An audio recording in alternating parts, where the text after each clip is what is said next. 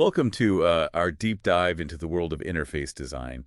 We're going to be taking a look at Jennifer Tidwell's Designing Interfaces, and we're really going to pull out the insights that resonated with us. The stuff you might miss on a first read. Yeah, exactly. It's like giving you a curated cheat sheet. It's focusing on what's most useful. For someone who wants to design... Intuitive and enjoyable. Yeah, exactly. Digital experiences. So we're going to cover a lot of ground today, from user goals and behaviors to specific patterns and techniques for seamless navigation, intuitive forms. Let's start with one of Tidwell's most important points. Yeah.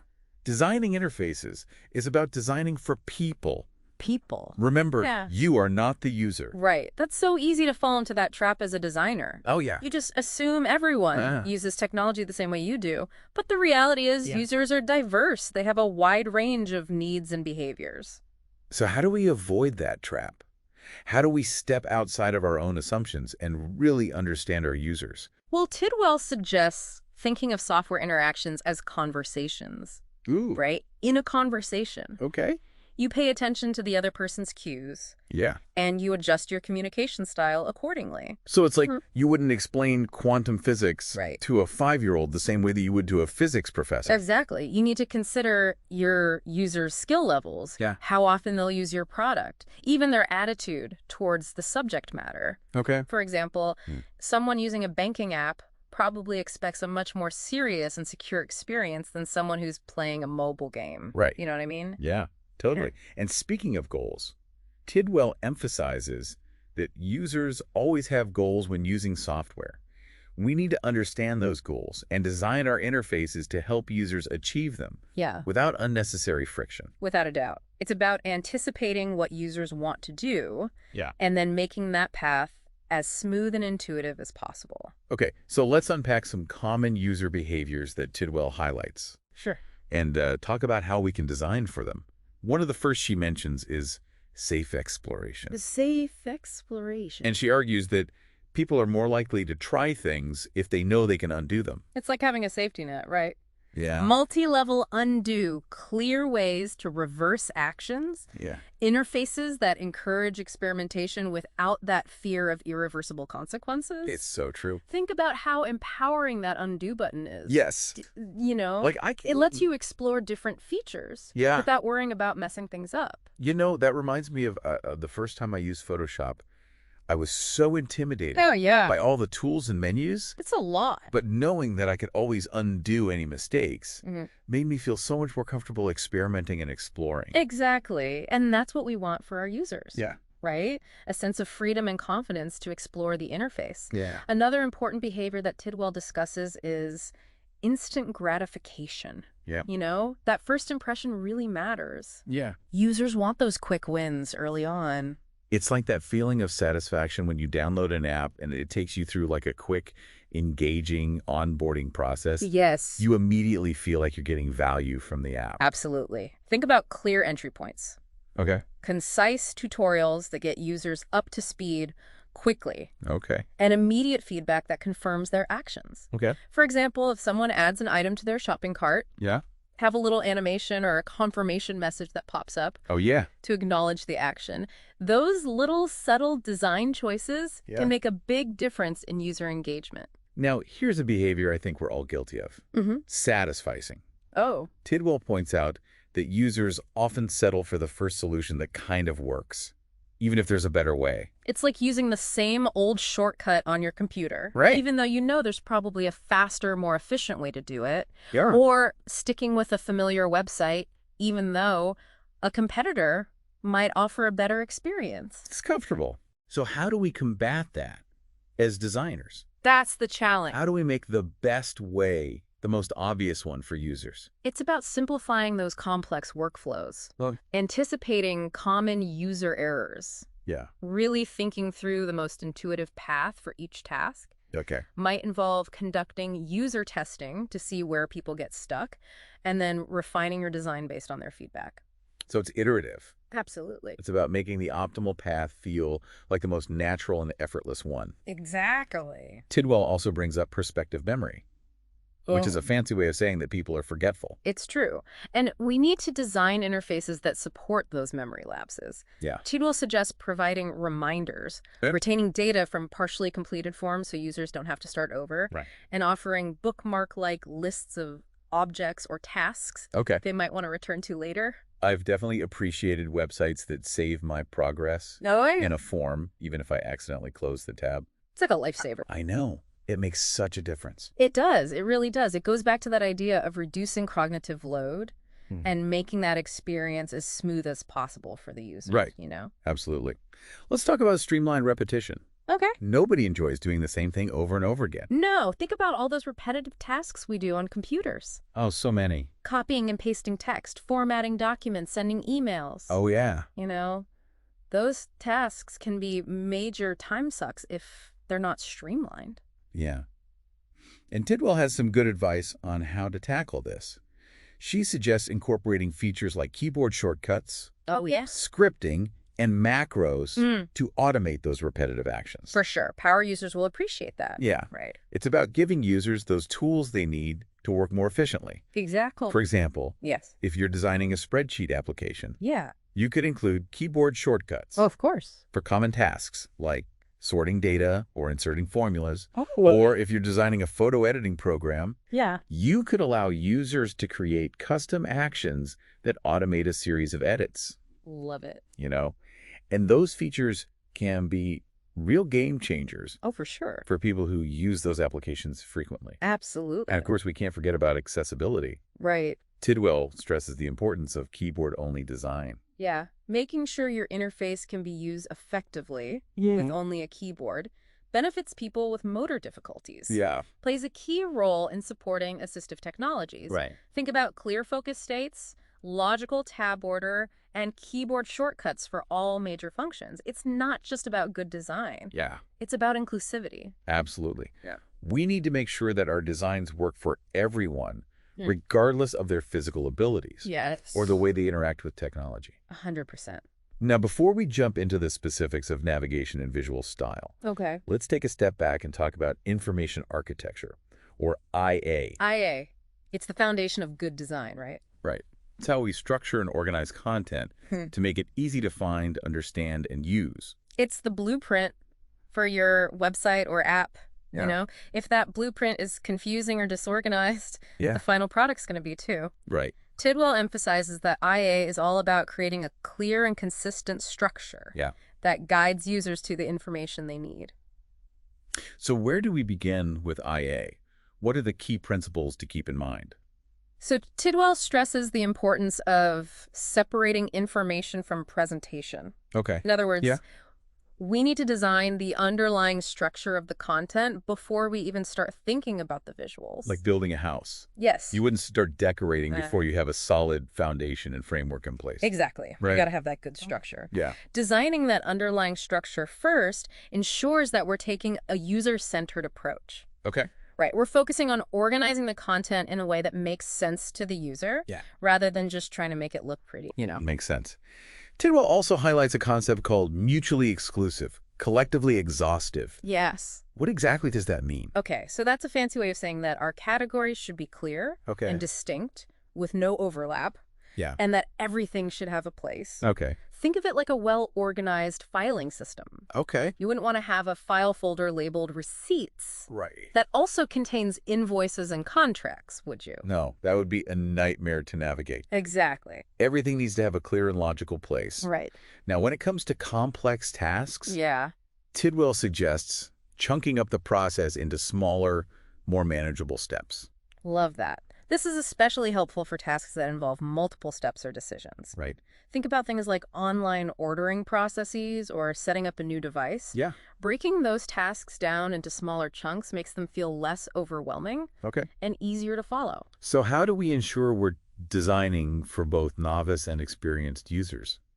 That's the question, right? They likely have different needs and expectations. Novices might need more hand-holding with clear instructions and explanations at each step. Experienced users, on the other hand, are going to appreciate shortcuts and the ability to customize the process to their liking. Right. It's a balancing act. Yeah. But it's important to consider both ends of the spectrum. All right, let's dive into some common IA patterns that Tidwell outlines in the book. Let's do it. She starts with a classic feature, search, and browse. Oh, yeah. This is a versatile trio that accommodates a wide range of user goals. Think about e-commerce sites, for example. Okay. They usually have a prominent search bar for those users who know exactly what they're looking for. Yeah. Clear product categories for browsing. Right. And the ability to filter and sort results to further refine their search. You know? Each of those features supports a different way of interacting with the content. Okay. Makes sense. Yeah, that makes sense. Yeah. Then there's streams and feeds, a pattern that we see everywhere these days, from social media platforms to news websites. That constant flow of information Yeah. with the most recent items appearing first. Yeah, it encourages those frequent check-ins. It does. And it appeals to our desire for quick updates throughout the day. It plays on our, our need for that instant gratification. Think about how you probably check your social media feeds multiple times a day. Oh, yeah, all the time. That's streams and feeds in action. That's it. Now, how about the media browser pattern? Okay. What type of applications is this pattern best suited for? Media browser is ideal for showcasing visual content, like photos, videos, or illustrations. Okay. Think about image galleries, video libraries, or even online portfolios. Right. The key here is to provide clear thumbnails for easy browsing. Okay. Intuitive navigation between items, and the ability to access additional details on demand. Okay. A good example of this is the Photos app on your smartphone. You can easily scroll through those thumbnails, tap to view a larger image, and then access options to edit, share, or delete. And no discussion of IA would be complete without mentioning dashboards. Right. Those centralized hubs. Tidwell describes these as for accessing key information and controls. like personalized command centers for users. Exactly. Right. Think about the home screen on your smartphone. Yeah. Or the dashboard in your car. Yeah. They provide that quick overview of important information and give you access to those features and controls you use most often. Dashboards are great for applications where users need to track data, manage tasks, or monitor progress. Right. Examples could include stock market summaries, project management overviews, even fitness trackers. Now let's talk about a pattern that's common in creative applications. Okay. Like design and music software. Yeah. Canvas plus palette? Ah, yes. So this pattern is characterized by a central workspace, Right. the canvas, Yeah. where users create or manipulate content. Yeah. And a surrounding set of tools and controls, the palette, Okay. right? It's a great way to organize a complex set of functions Sure. while keeping the main workspace uncluttered. It's like having a painter's easel Right. with all your brushes, paints, and other tools neatly arranged around it. Exactly. It keeps everything within reach without getting in the way of your creative process. 100%. Photoshop is a classic example of this pattern in action. It is. You have your main image editing area in the center, surrounded by palettes. Yeah. For layers, brushes, colors, and other tools. For everything you need. Allows for a lot of flexibility and customization while still maintaining a clear and organized workspace. Right. Okay, let's move on to the last IA pattern that we're going to be discussing in this section. Right. Wizards. Wizards, we all know these. We all know these. Those helpful guides that walk you through complex processes step by step. Right. Right. Yeah.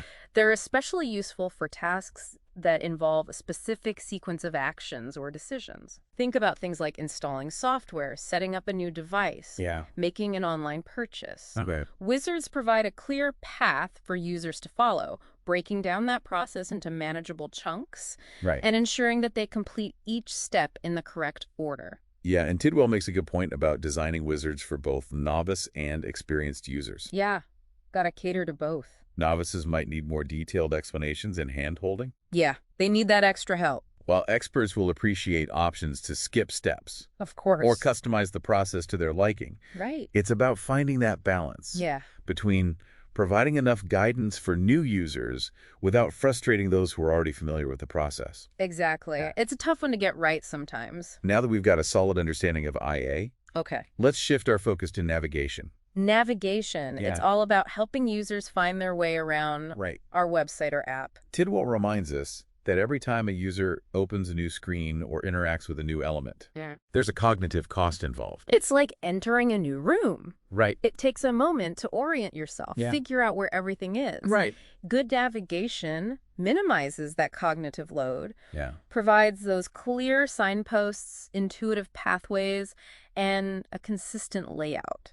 So it's not just about making sure that users can find what they're looking for. Right. It's also about making the experience as smooth and effortless as possible. Exactly. And when it comes to efficiency, Yes. Tidwell stresses the importance of optimizing for minimal clicks or taps. Oh, for sure. People are impatient. We want to make sure that users can complete common tasks with the fewest possible interactions. Fewer the better. Right. You know. It's about respecting the user's time and effort. Absolutely. Nobody wants to click through a maze of menus No way. just to find a simple setting or perform a basic action. Exactly. The goal is to make the interface feel invisible, Yeah. like to allow users to focus on their tasks and goals. Yes. Rather than struggling with the technology itself. Yeah. It should get out of the way. So let's discuss some specific navigation patterns that Tidwell covers in the book. Okay. She starts with clear entry points. Clear entry points. These are like welcome mats for new users, Yeah. guiding them to the most common tasks or information. Absolutely. Think about a website's homepage. It should have prominent buttons or links for actions like sign up, log in, or learn more. The stuff people do most often. Right. Right? Yeah. These entry points provide a clear starting point for users Exactly. and help them quickly understand the purpose of the website or app. It's all about that first impression. They're like those "you are here" markers Yeah. on a map, helping users orient themselves and find their bearings. Absolutely. Now let's talk about modal panels. Okay.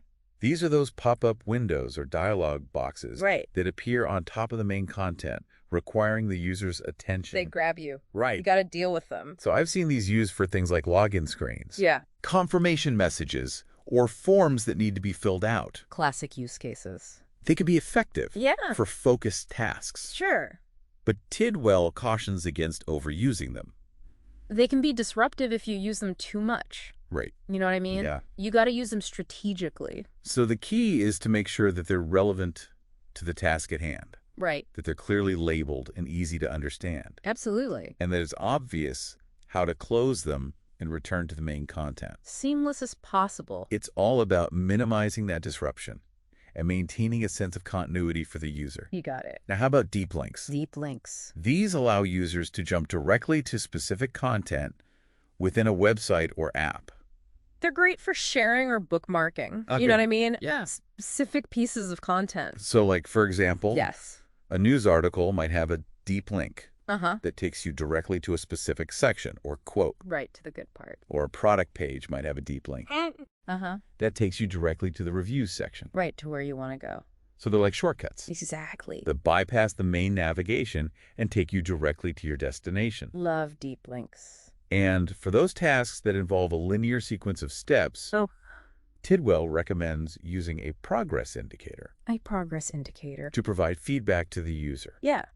Let them know how far along they are. These are those bars or circles that fill up as you progress through a task, Yep. like downloading a file or installing software. Exactly. They help users understand where they are in the process Right. and how much longer they have to wait. Gives them that sense of control. They're a simple but effective way They are. to reduce anxiety and uncertainty, For sure. especially for tasks that might take a while to complete. 100%. So we've covered a lot of ground in this first part of our deep dive, from understanding user behavior Uh-huh. to exploring key IA and navigation patterns. We have. But there's so much more to learn. But there's still much more to discover. Stay tuned. In the next part, we'll be delving into the world of visual style and aesthetics, exploring how color, typography, and imagery can be used to enhance the user experience. The fun stuff. Yeah, the fun stuff. Right. We'll be right back. Welcome back. Let's dive into the visual aspects of interface design. Tidwell points out that It's more than just making things look pretty. it's about Yeah. crafting an experience that resonates on multiple levels. Multiple levels. She emphasizes that visuals can evoke Powerful emotions. and reinforce your brand identity. Subtly. Yeah. Yeah. We'll talk color, typography, imagery, even the way that you arrange elements on the screen. The whole 9 yards. It's about engaging users not just intellectually, Yeah. but also emotionally. Emotionally. So let's break it down. Okay. Starting with color. Color? What are some key things to consider when choosing a color palette for an interface? So Tidwell points out that color can have a profound impact on the overall feel of an interface. Okay. High contrast combinations tend to convey boldness and energy. Okay. You know, think about those vibrant, eye-catching websites that really grab your attention. Right. Those often leverage high contrast palettes. Like walking into a brightly lit room, you immediately feel energized and alert. Right. Now, on the flip side, low contrast palettes create a more calm, more subdued atmosphere. These are often used for applications where a sense of tranquility and focus is desired. Yeah. Like meditation apps. Right. Or even like e-reading platforms. Yes, exactly. They often use muted colors and soft gradients to create that soothing visual experience. 100%. And don't forget about the psychological effects of specific colors. Colors have meaning. Like, for example, blue. Yes. Often evokes feelings of trust and stability, which is why it's commonly used by banks and financial institutions. It just makes sense. Yeah. I've also noticed that green is frequently used for healthcare and wellness apps. Yeah. Green is associated with growth, nature, healing. Yeah. And then you have colors like red and orange, which are often used to grab attention or create a sense of urgency. I'm thinking like buy now buttons. Buy now. Or warning messages. They often use those bold, warm colors to stand out. So color is fascinating.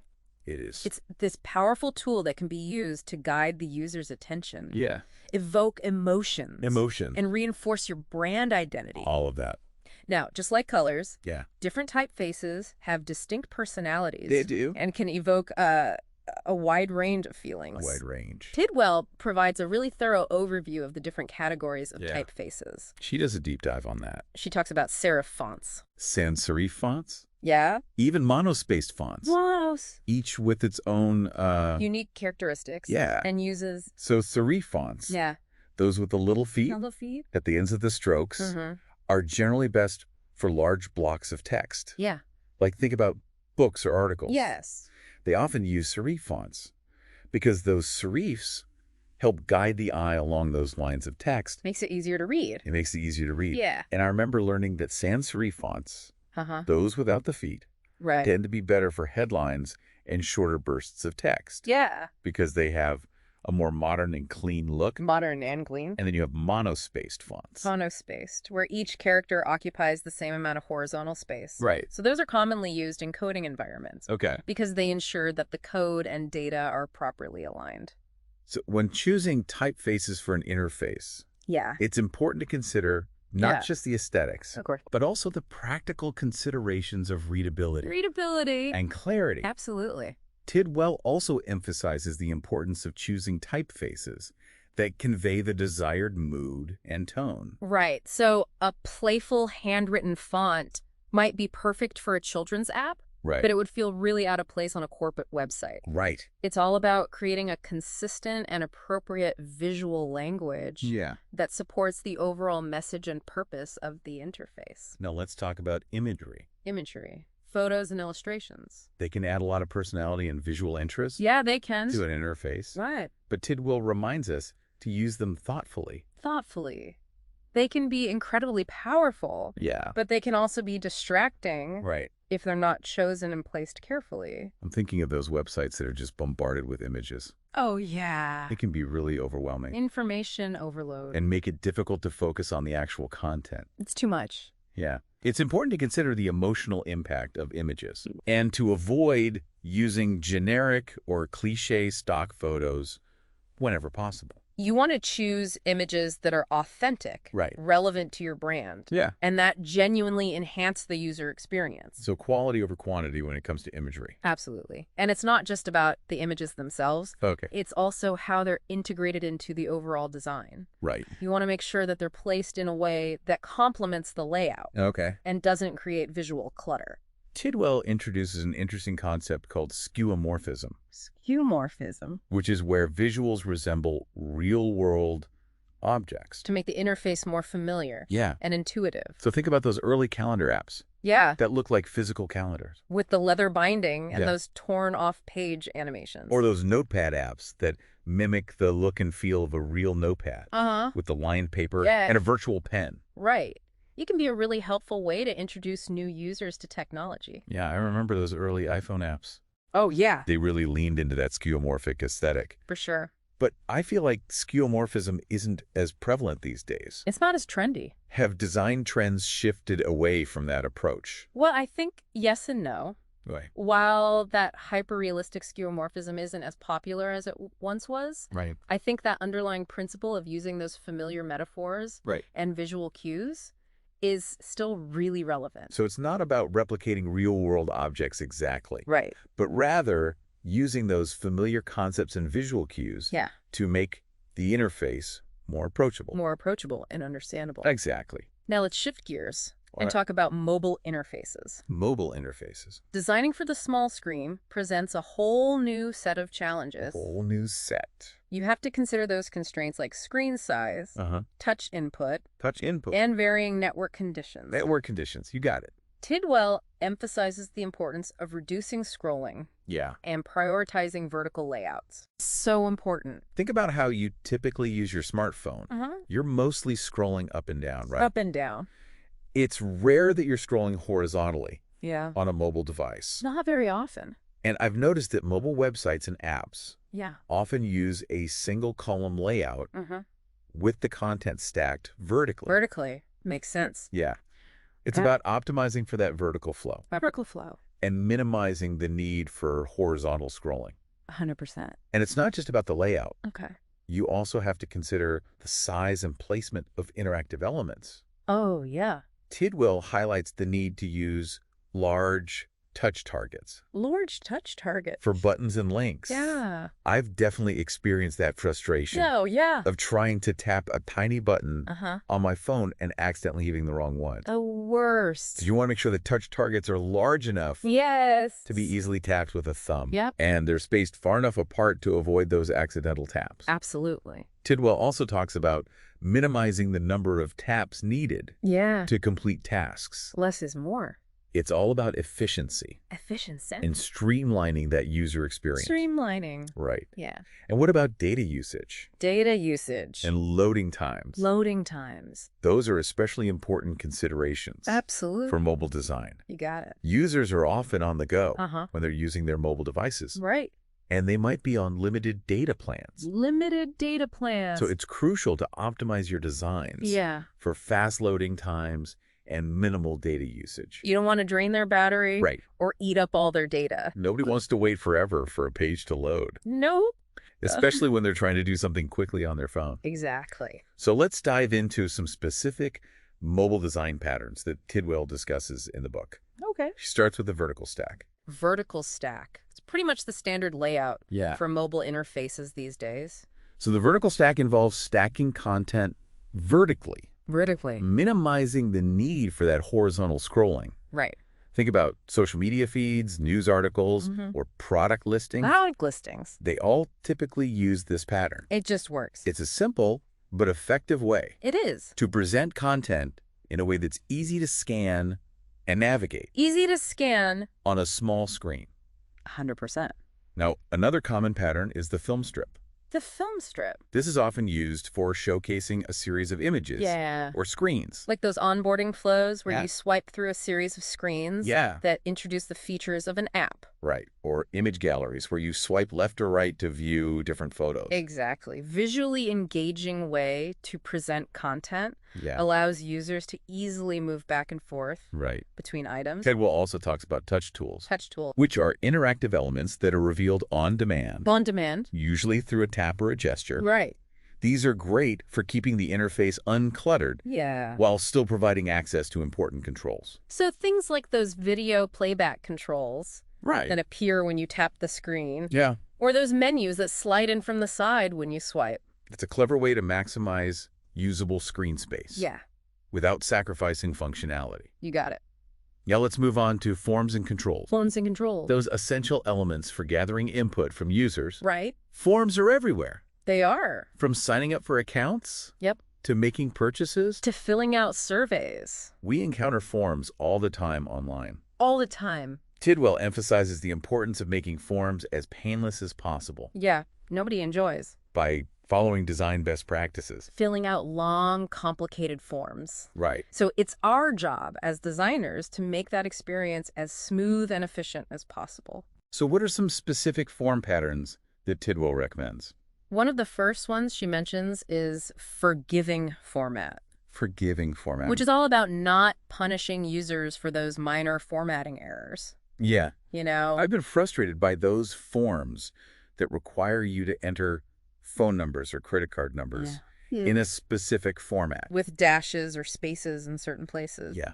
It's a small detail. It is. But it can make a big difference in the user experience. Big difference. Instead of forcing users to adhere to those strict formatting rules, right, we should design our forms to be flexible and intelligent enough. Flexible and intelligent. To handle those variations. So instead of requiring a phone number in the format, with the parentheses and the dashes, you could allow users to enter it as just a string of numbers and then format it correctly behind the scenes. It's about making that experience as seamless and frictionless as possible. Frictionless. For the user. For the user. Another helpful pattern is structured format. Structured format. This involves breaking down complex input into smaller, more manageable chunks. Manageable chunks. Like this is especially useful for things like dates of birth. Dates of birth. Or addresses. Addresses. Instead of having one giant input field for the entire address, you could break it down into separate fields for street address, city, state, and zip code. Right. It makes it easier for users to enter that information correctly. And it reduces the chance of errors. Tidwell also suggests using input hints and prompts. Input hints. To guide users through that form filling process. So these are those little bits of text that appear inside or below input fields. Right. Providing instructions or examples. Like those password fields that tell you the minimum length or complexity requirement. Exactly. Or those email address fields that show you the correct format. Right. They're a subtle but effective way they are. To guide users and prevent errors. Prevent errors. Now, for those all-important password fields. Password fields.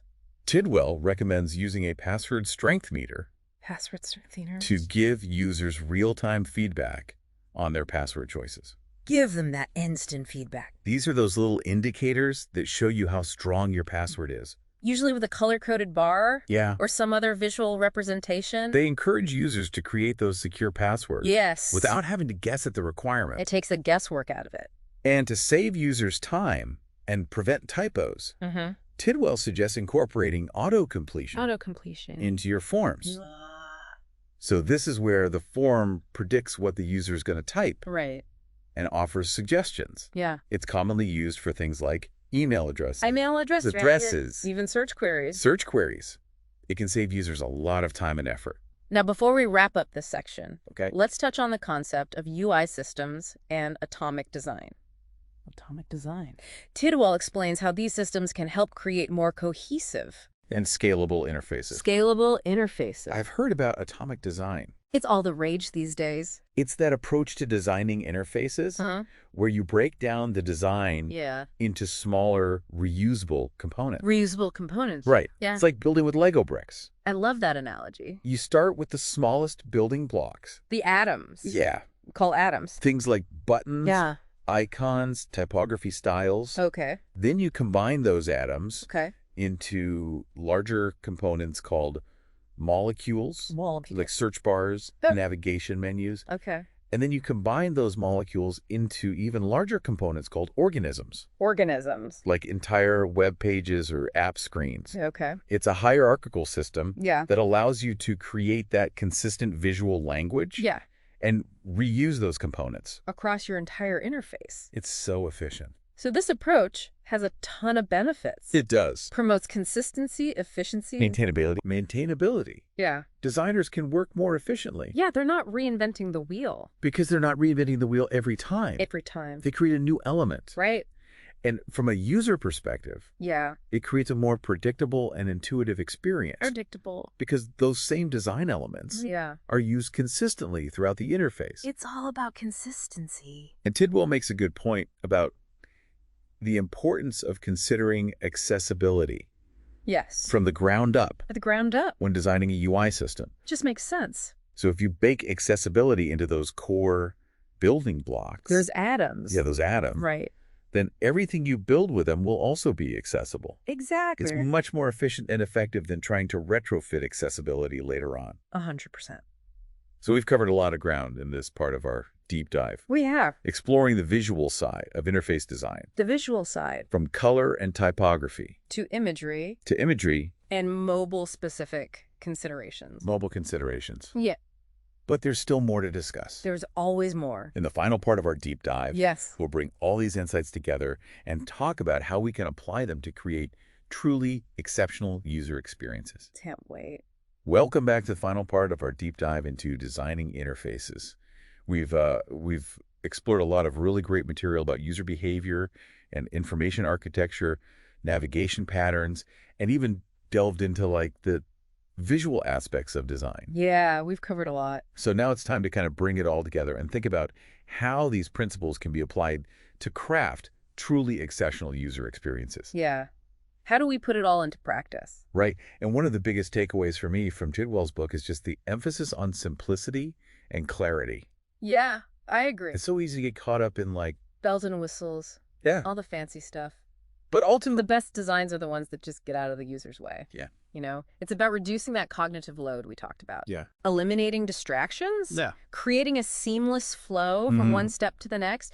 Think of it like a well-organized kitchen. Ooh, I like that analogy. Everything has its place. Okay. And you can easily find what you need. Yeah. Without having to rummage through cluttered drawers. That makes me think about all the times that I've abandoned online forms. Yeah. Because they were just too overwhelming. Too much going on. And confusing.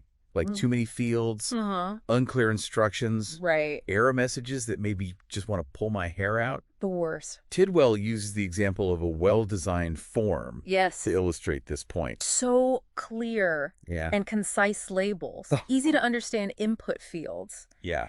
And those helpful error messages that guide the user rather than scolding them. It sounds so simple. It does. But you're right, so many forms get it wrong. Yeah. And it's such a crucial part of the online experience. It is.